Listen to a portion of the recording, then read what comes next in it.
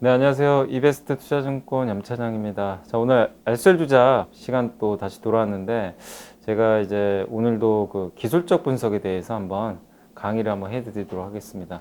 많은 분들이 이제 기술적 분석 보조 지표들 굉장히 많이 보시잖아요. 굉장히 다양한데, 뭐 이렇게 일반적으로 뭐 책 보고 공부하시는 분도 계시고, 또 자기가 독학하신 분도 계실 텐데, 사실 보조 지표라는 건 후행 지표예요. 그래서 제가 당부드리고 싶은 거는 활용은 하시되 너무 맹신하지 마세요.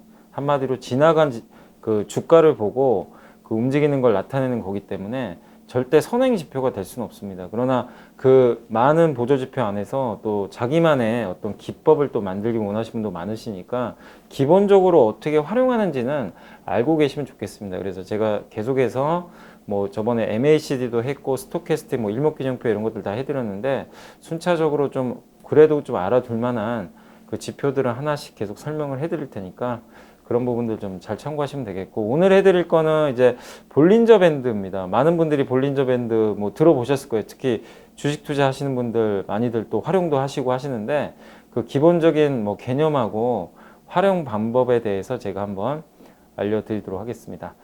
자, 볼린저 밴드 활용법 이제 시작을 해볼 텐데요. 그 정의부터 좀 말씀을 해드리면, 이게 이제 볼린저 밴드는 그 정의를 해드리면 뭐냐면은 20일, 이 중간에 21선이 있는데요. 이 21선을 기준으로 해가지고 주가가 어디에 위치해 있는지 그걸 나타낸 지표라고 보시면 되겠고, 그게 이제 표준 편차로 이제 계산을 하는 건데, 굳이 여러분들이 이 공식까지 아실 필요는 없어요. 여러분들이 뭐 굳이 공식 아신다고 해서 이게 도움이 되는 건 아니고 기본 개념 정도만 파악하시면 되겠습니다. 그래서 선이 3개입니다.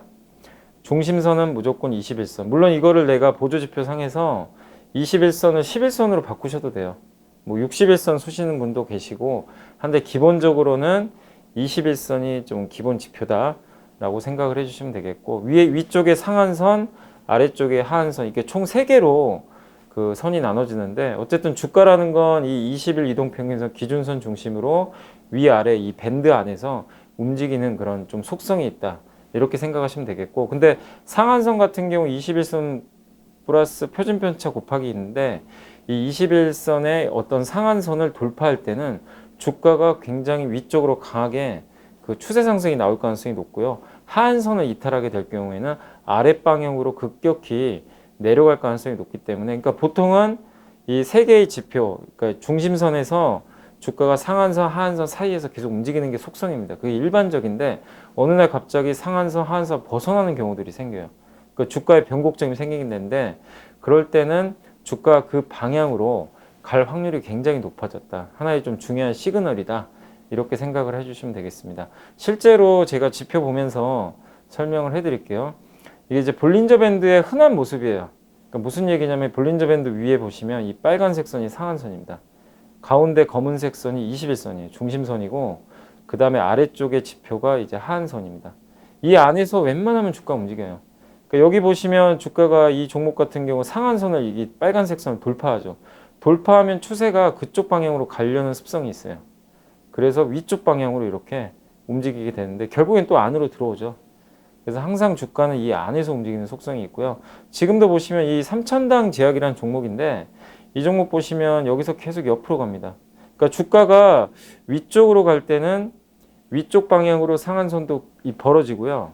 그 다음에 아래쪽으로 하한선도 벌어지게 됩니다. 그러니까 이게 점점 벌어지면서 주가 변동성이 확대되는데, 보통 안 움직일 때는 주가가 그 이런 상한선, 중심선, 하한선이 그냥 일정하게 움직이게 됩니다. 이걸 우리가 그냥 박스권이라 그래요. 그러니까 주가 움직임이 사실은 없는 구간이라고 보시면 되겠습니다. 근데 이 구간에서 어쨌든 주가가 어느 방향으로 튀느냐에 따라서 굉장한 변동성이 나오니까 주의를 좀 하실 필요가 있을 것 같고요. 어쨌든 볼린저 밴드 통상적으로는 이런 식으로 주가가 이 안에서 움직인다는 걸 염두에 두시면 좋을 것 같습니다. 자, 다음에 차트를 한번 볼게요.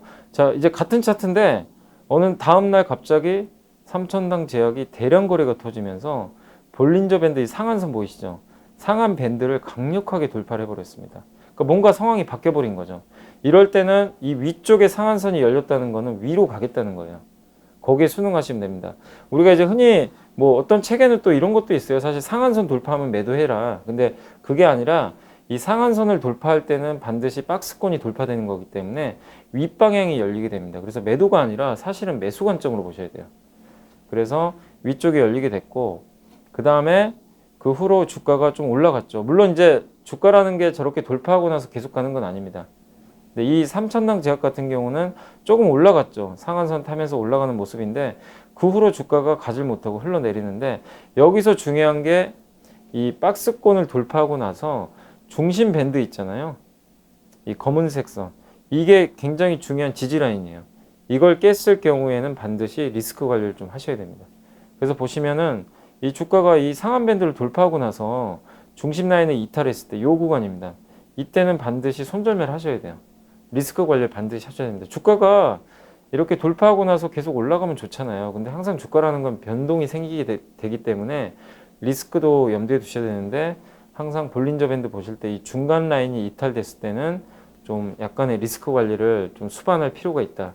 이렇게 좀 보시면 좋을 것 같습니다. 그래서 중심선이 이탈되면서 주가가 흘러내리는 그런 모습이 확인이 가능하다. 그렇게 되면 주가가 이게 중심선을 이탈하잖아요. 보통은 하한선까지 다시 내려갑니다. 이 구간에서는 물론 매수 관점으로 보셔야 되는데, 어쨌든 이 구간이 이탈이 됐을 때는 하한 라인까지 떨어진다는 거 염두에 두시고 리스크 관리에 만전을 기해야 된다. 이렇게 말씀드리고 싶고, 다시 한번 또 보겠습니다. 그때 이제 중심선 이탈하고 나서 주가가 흘러내렸잖아요. 그 후로 다시 중심선을 돌파합니다. 사실 팁을 드리면 저렇게 다시 중심선을 돌파할 때 이 구간에서 사실 1차 매수도 가능합니다. 완벽한 패턴은 아닌데 저런 구간에선 재매수도 가능하기 때문에 그런 것도 좀 염두에 두시면 되겠고, 자, 3천당 제약 보시면 여기 중간 그 위쪽에 상한선을 결국 돌파를 못하고 약간 또 조정을 받죠. 조정을 받는데 신기하게도 중심선을 이탈을 안 해요. 그러니까 추세가 유지되고 있는 거죠. 이 상황에서 주가가 어느 날 갑자기 또 한 번에 뭐 마치 이 구간하고 비슷하죠. 상한 밴드를 강력하게 돌파하는 또 장대 양봉이 이렇게 출현을 하게 됩니다. 이때도 역시 매수 신호가 될 것 같습니다. 그래서 이때 물론 주가가 좀 많이 올라서 부담이 될 수도 있어요. 근데 다음 차트를 한번 보여드릴게요. 그 자리가 여기입니다. 예.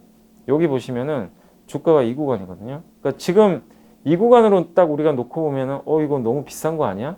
이렇게 생각할 수 있는데, 이 당시에는, 근데 이때 또 생각하면 이것도 실패할 수도 있겠네. 근데 그게 아니라 이 구간을 놓고 보시면은 이후로부터 주가가 15,000원짜리가 거의 3배 올라가요. 그러니까 끝도 없는 상승이 나오게 되는 거죠. 그리고 제가 말씀드린 대로 중간선 이탈할 때까지는 보유거든요. 중간선 이탈하는 지점은 여기입니다. 그럼 만약에 내가 여기서 공략을 했다면 여기서 매도하는 시그널이 나오는 거거든요. 그러니까 이거는 물론 볼린저 밴드 상한선을 돌파했을 때 내가 매수했을 때 굉장히 좋은 어떤 이제 수익률을 보여줬던 종목 중에 하나인데, 물론 이렇게 모든 종목이 되는 건 아니지만 우리가 매매를 하는 데 있어서 이런 시그널이 나왔다. 특히 돌파를 할 때 요 구간도 마찬가지입니다. 대량 거래로 이런 직전의 박스권을 상한선을 돌파하면서 갈 때는 어쨌든 따라 붙는 것도 하나의 좋은 전략이에요. 근데 물론 실패했을 때는 반드시 손절하셔야 됩니다. 근데 이 두 번째 구간에서 정말 엄청난 상승이 나와버렸죠. 네, 그리고 나서 여기까지 올라갔고 여기서 중간 밴드를 이탈하는 모습이 나왔죠. 이때 이제 정리하는 거죠. 그래서 원칙대로 했다면 3천당 제약에서는 굉장히 많은 우리가 수익을 낼 수 있는 그런 이제 그 전략으로 삼을 수가 있었던 거죠. 그래서 볼린저 밴드 이렇게 매매하실 때 항상 이런 부분 염두에 두시고, 하한 밴드도 마찬가지입니다. 이게 볼린저 밴드라는 게 위로 올라갔을 때는 상당히 좋아 보이잖아요. 근데 만약에 반대로 주가가 이 하한선, 파란색 선을 깼을 경우에는 어떻게 해야 되겠어요? 저 반대 현상이 났을 때 무조건 손절하셔야 돼요. 정매도 관점으로 보셔야 됩니다.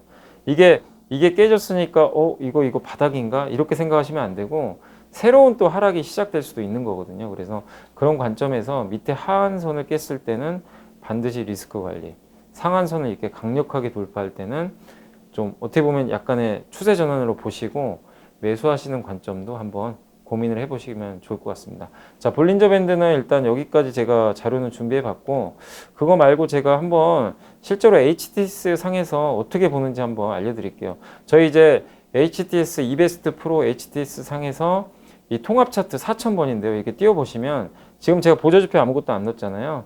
그 왼쪽에 보시면 이런 지금 지표 사이드바 보기 숨기기라는 그런 게 보이실 거예요. 이걸 누르시면 이렇게 왼쪽에 뜨게 되는데 여기서 바로 검색하시면 돼요. 볼린저 밴드는 BOL 쓰시면 됩니다. BOL 쓰시면 볼린저 밴드라고 맨 위에 나와 있죠. 요거를 이 더블 클릭을 한번 해주세요. 그러면 이 볼린저 밴드가 이렇게 딱 뜨게 됩니다. 제가 아까는 검은색으로 했지만 기본 세팅은 또 이렇게 돼 있으니까 위쪽이 보시면은 이제 상한선, 중간에 여기 그 주황색 선이 21선입니다. 이게 중심선이고 이 아래쪽이 이제 하한선으로 보시면 되겠는데 이 종목 같은 경우도 사실 굉장히 강력한 상승이 나온 종목이죠. 예, 오이솔루션이라는 종목인데 굉장히 강력한 상승이 나오면서 주가 이렇게 많이 올라갔습니다. 위쪽에 보시면 상한선을 계속 돌파하면서 가죠. 그리고 어떻게 보면 이 구간이 매수 신호가 되겠는데 여기서 한번 봐보세요. 이 구간에서 돌파를 하고 나서 중심선을 깬 적이 없어요. 그죠? 계속 보유죠. 근데 중심선 이제 오늘 드디어 깼죠. 그러니까 만약에 내가 원칙대로 한다면 오늘은 매도를 해야 되겠죠. 그러니까 그런 식으로 보시면 되겠고 한 종목만 더 보여드릴게요. 많은 분들이 좀 보시는 종목 중에 하나가 뭐 대표 기업이 하이닉스. 요즘에 좀 주가 흐름 굉장히 안 좋은데 하이닉스 한번 봐보세요. 하이닉스가 물론 주가가 여기가 변곡점이 될 것 같습니다. 이 안에서 주가가 계속해서 혼조세를 좀 보였는데 이 구간 한번 봐보세요. 이 구간에서 주가가 갑자기 장대 음봉이 나오면서 하한선을 깨버립니다. 여기도 마찬가지죠. 하한선을 그러니까 깼을 때는 이렇게 거래량이 좀 실리면서 깨는 음봉이 나왔을 때는 조심을 하셔야 돼요.